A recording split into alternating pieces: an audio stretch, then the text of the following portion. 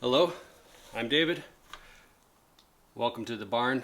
What I'm about to say you can trust because I'm surrounded by hay, which makes me a blue collar person who is trustworthy.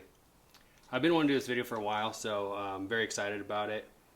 I'm going to ramble on for about 10 minutes or so, and then I'm going to play. So if you don't want to hear the rambling, just skip on ahead until you see me go like this. This guitar here, I recently got, and I've kind of worked myself into a bit of a problem because I got this to flip, and it might be my favorite guitar I've ever had. For those of you who don't know, which I guess is most of you, all 12 of you watching, you may not know this, but I buy and sell guitars as kind of a fun little side job. And the reason I'm doing that is three things. One is it allows me to make a little bit extra money and spend time with my kids. And I can buy and sell guitars from home, which is nice. Secondly, it allows me to play a bunch of guitars I normally wouldn't have access to because I don't have the funds to just buy really expensive guitars unless I'm going to sell them. So it allows me to try a bunch of different types of guitars, and it also allows me to kind of search for my forever guitar. I'm on this constant search for like what is the best guitar that I could get for the money or whatever. Like what would be my main guitar? If I could just pick one guitar to play forever, what would be that guitar? And I always go back and forth between, okay, would it be better to get a Dreadnaught and a small body? This is a single 018, single lot. I don't like saying single lot. I feel like it's weird, but maybe purists say that. I say single O. This is a single 018. So would it be better to get like those two guitars, a big one and a little one that kind of do different things? Or would it be better to get like a triple O size and have like one guitar be kind of the main one? And that's kind of the constant battle I'm internally fighting, is like which would be the best.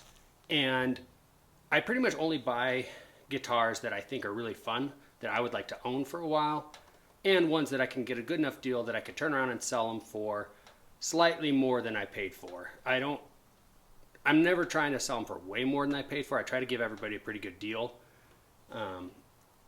But I also don't want to buy a guitar just simply to try and then end up losing $500 or whatever on it. So I pretty much only buy either used guitars or guitars that were slightly, like were returned, had a slight defect or something in them, that I can then turn around and sell for approximately the same price. Anyhow, so I got this one. This is a 1974 D-18s. So it's got the slotted headstock. It's got 12 fret, connects at the 12th fret instead of the 14th fret like most guitars. And it's got a 1 7/8 nut width. And the reason I got this was I kind of went down this rabbit hole. I was looking at the pre-war guitar company Norman Blake models, and I was just kind of imagining like, okay, if I could just buy a guitar like that would be a pretty sweet one. But they're like more than a lot of cars. They're pretty expensive, and I also wasn't sure if the 1 7/8 nut width would be too thick, or if I'd be better off getting like saving up and getting a pre-war guitar company 12 fret model that had the regular 1 3/4 nut width. Anyway, so this one popped up, and I got a really good deal. I mean, I got an alright deal. I got it for under $2,500, and it's a 1 7/8 nut width. And so I thought, okay, I'll be able to sell it for around that, and I'll be able to try the nut width and see. I didn't have real high hopes for it because the 70s Martins, some people don't like them. They feel like they were overbuilt. Apparently in those days they were really ramping up production, and so they didn't want to ramp up their warranty work, and so they started bracing them a lot heavier. I'm not sure how thick the actual braces are compared to a regular guitar, but I do know the little bridge plate underneath the bridge here is enormous. It's like this big. And like most of the time they're about the same size as the bridge from what I've seen. But underneath here, I actually thought when I first put a mirror down there, I thought the whole top was covered in it. I was like, what is going on? But it's just got this huge bridge plate. And that kind of dampens the sound somewhat. So I knew going into it, a lot of people don't like the 70s Martin acoustics, but I kind of think they're the best after playing this one, with the caveat that this one might just be awesome and a lot of them suck. Maybe it's hit or miss. I've only tried this one. I might get a D-35 12 fret 1975. That would be a really good kind of comparison, a rosewood comparison, because this one is the 18, so it's mahogany back and sides with a spruce top. But considering how much these cost, they might be the best deal in kind of vintage guitars, because this one's 1974, so it's by now it's 50 years old. I think a lot of people, maybe in like the 80s or 90s, before these were vintage and kind of old, they just thought, well, these are overbraced, and so they got a reputation for being not the best you could get as far as people. Like, then they went away from that and they started making them lighter, and which will resonate more, and maybe the previous models resonate a little more, and so people are thinking, well, these are the bad years, you don't want to get a 70s Martin. But as time's gone on, now this wood has had 50 years to kind of age and dry out, and to me, this is my favorite Dreadnaught I've tried. And for like reference, I've tried 3 different pre-war guitar company Dreadnaughts. I've had the Martin Authentic line and the Martin Aged Authentic, the 1937. Both of those without the truss rod. I've tried some Callings, and some of those were rosewood, some of them are mahogany. But like overall, I would stack this one up against any of those, which is, to me, is crazy because I had very low expectations going into it, and maybe that's part of why I like it so much. But mostly I just wanted to try, I kind of want to see what the fuss is about the mid-70s Martins. Like, are they really that bad? And I kind of want to try the thicker nut width. That was basically the reason I bought this guitar. And I thought it looked cool. It's a really neat checking all over it. No cracks on the top, no cracks on the back. It's got a repaired crack right here that kind of goes with the grain, so it's pretty, you can hardly see it unless you're really looking for it. It doesn't stick out all that much. I don't know if I'm getting the camera on it or not, but you know, it's got just really neat checking all the way through, a couple little dings, but it's in really great shape. And the action on it is perfect. It's got a nice tall saddle here that you could go down a little on the action if you wanted to have it more for like light playing, but right now you can kind of play bluegrass, really hard strumming up and down the neck. I could put a capo on it and there's no buzzing at all. So to me, it's like, it's perfect. It's right where I would want it if I could set it up for myself. And it's just a excellent sounding guitar. It's got this depth to it, partly because of the 12th fret, partly because it's aged 50 years. But it has this, to me, it sounds like what I imagine in my head when I want to have a mahogany Dreadnaught. In my head, this is what it sounds like. And I don't know, I'm not sure if the microphone will pick that up. I'm using an Audigo mic. Try to just do it straight up, no EQ or anything. So it's better than a phone mic, but it's not like the same as being in the room with it. Anyway, I think these are incredible guitars, but I've kind of worked myself into a real problem because I buy and sell. I don't have enough cash to just buy a whole bunch of guitars at once, so I kind of rotate them through, and I try to sell them for pretty inexpensive compared to what I buy them, just so I don't lose money, make a little bit, get to try the next one. That's my main deal. But I don't want to sell this one. I don't even have it listed for sale yet. I probably will, just so that I can see what's next down the line. Hopefully I sell it to a local person so that if I find out that other Martins of this time frame aren't nearly as good, I can buy it back. But I probably just will end up selling it to whoever wants to buy it, I suppose. But it's definitely one that I will try to keep my eye on if I do sell it, and make sure I know the person. Like, listen, if you want to sell it again, let me know, because after I try a couple other 70s Martins, I'll either know that actually all of them are pretty good and it's sort of a myth that they aren't very good, or I'll know that my particular one was awesome and I should have never sold it, and I'll try to buy it back. But I say all that to say, for the money, this is hands down the best guitar I've bought and sold. And I'm sitting right around 120 guitars that I've bought and sold in the last few years. So I try to move through them pretty quick, play them for a few weeks, sell them to the next person, try another one.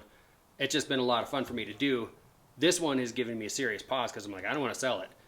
The other problem I have is I also have this 1956 Martin 018, and I also really love it. There's absolutely nothing wrong with it.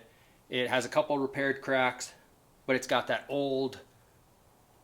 tone that you can only get from wood that's been aging for 50, 60, 70 years. And so I have like the perfect small body and the perfect large body, but that kind of takes up a lot of my funds for buying other guitars. So I've worked myself into a little bit of a dilemma because I don't want to sell either one of them. I would rather sell this one. It's right up there with my favorite small bodies I've ever tried. I don't know if I like this one better or my 1946 LG2. They're kind of different, but very similar. They're great couch guitars. You could just sit there and, you just want to do your scales and do little lead stuff. This sounds great when you strum it, but it's just kind of a totally different feel from this one. So they're very different. This one, I just want to practice bluegrass stuff, even though I'm terrible at bluegrass, and just my strumming. Like, it's a great singer-songwriter, just strumming guitar. Sounds excellent, but it's also, because it's got the thicker nut width, it gives me more room for doing little bluegrass licks, where this one, it's a little bit thinner, so I don't like practicing that kind of stuff on it as much, but I do like practicing just my scales and different lead stuff on this. Or if I just want to sit in a chair and lean back, this one's perfect, the 018. This one's perfect if I want to sit there and sing some songs. If I was going to like do a gig or something, I would take this one. So anyway, I'll play some stuff on it. That's kind of a general outline about it, kind of my thoughts and the reason why I've worked myself into a dilemma. But this gets my highest recommendation I could possibly give. If someone's looking for a Dreadnaught and they don't mind the wider nut width, like, I think this blows away any other Dreadnaught that I've tried that's a modern Dreadnaught without paying $6,000 or $7,000. It's very close to the ones that are up there, like the Callings that I've had, or the pre-war guitar company ones, or the Martin Authentic line. Those ones are going to run you $6,000, $7,000, $8,000, $9,000. You could get some of those for $5,000 or $6,000, but like new, they're up to $8,000 or $9,000. And so for the money, where this cost me under $2,500, it's like, it blows those away dollar for dollar. If someone was just going to give me one and I couldn't sell it and I just had to play it forever and the price didn't matter, I would have to try them back to back and see. But this one, I think, really, really is very close to those ones, even if like money was not an issue at all, and you could just spend whatever. Now, that being said, I have never tried. I tried one 1946 Martin D-18 that I like this one better than that one. That one had some issues with it. It needed work. The bridge was broken on it, and so I think it was losing a lot of the resonance on it. And so that's not really a fair comparison to that one. And I haven't tried any 50s or 40s D-28s or D-18s other than that one. So, but as far as modern ones, this one definitely holds its own compared to those. So I'll just play a little bit and you guys can see what you think, I suppose. But anyway, that's this 1974 Martin D-18S.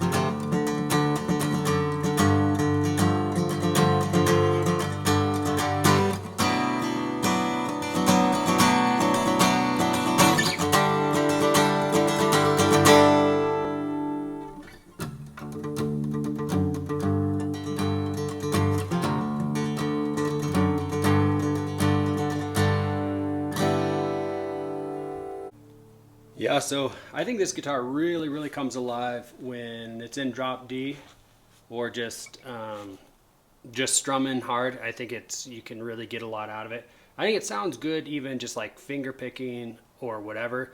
Um, it definitely it's best at strumming type or bluegrass type stuff,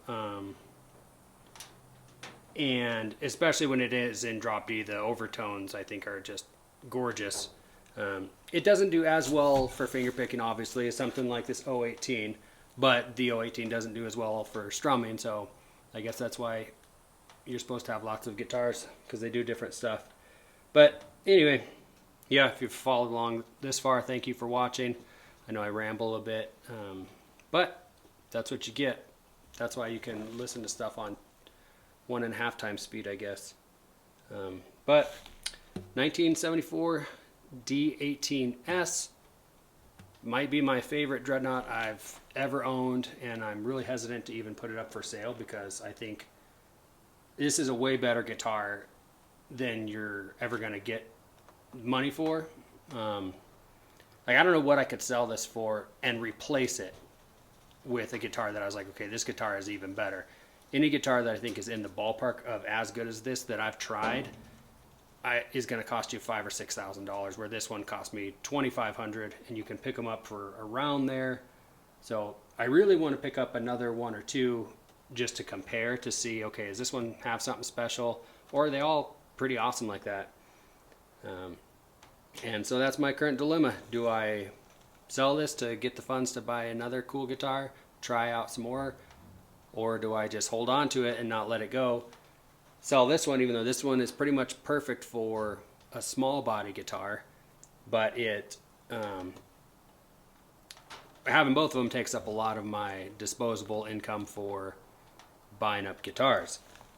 But yeah, they're both excellent guitars. This one is so much fun to play on the couch and just sit there, and for how small it is, it's really loud, really resonant, and it just finger picking or just doing scales or whatever, it plays like butter. It's excellent. This one's great for strumming hard, kind of as a, if I was just going to be singing more and playing songs, I'd do this one.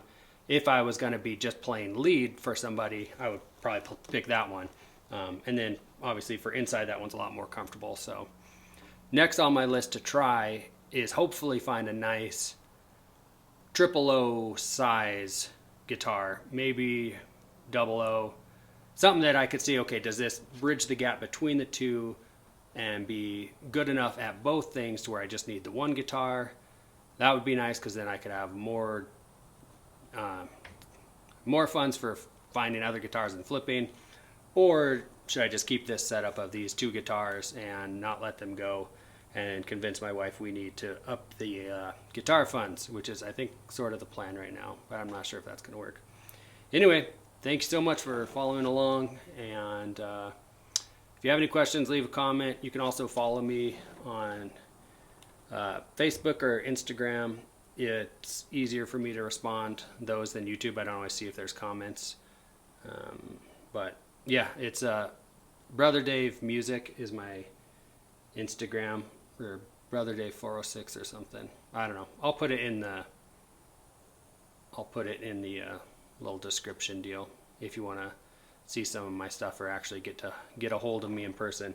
Anyway, thank you everyone for watching. Bye.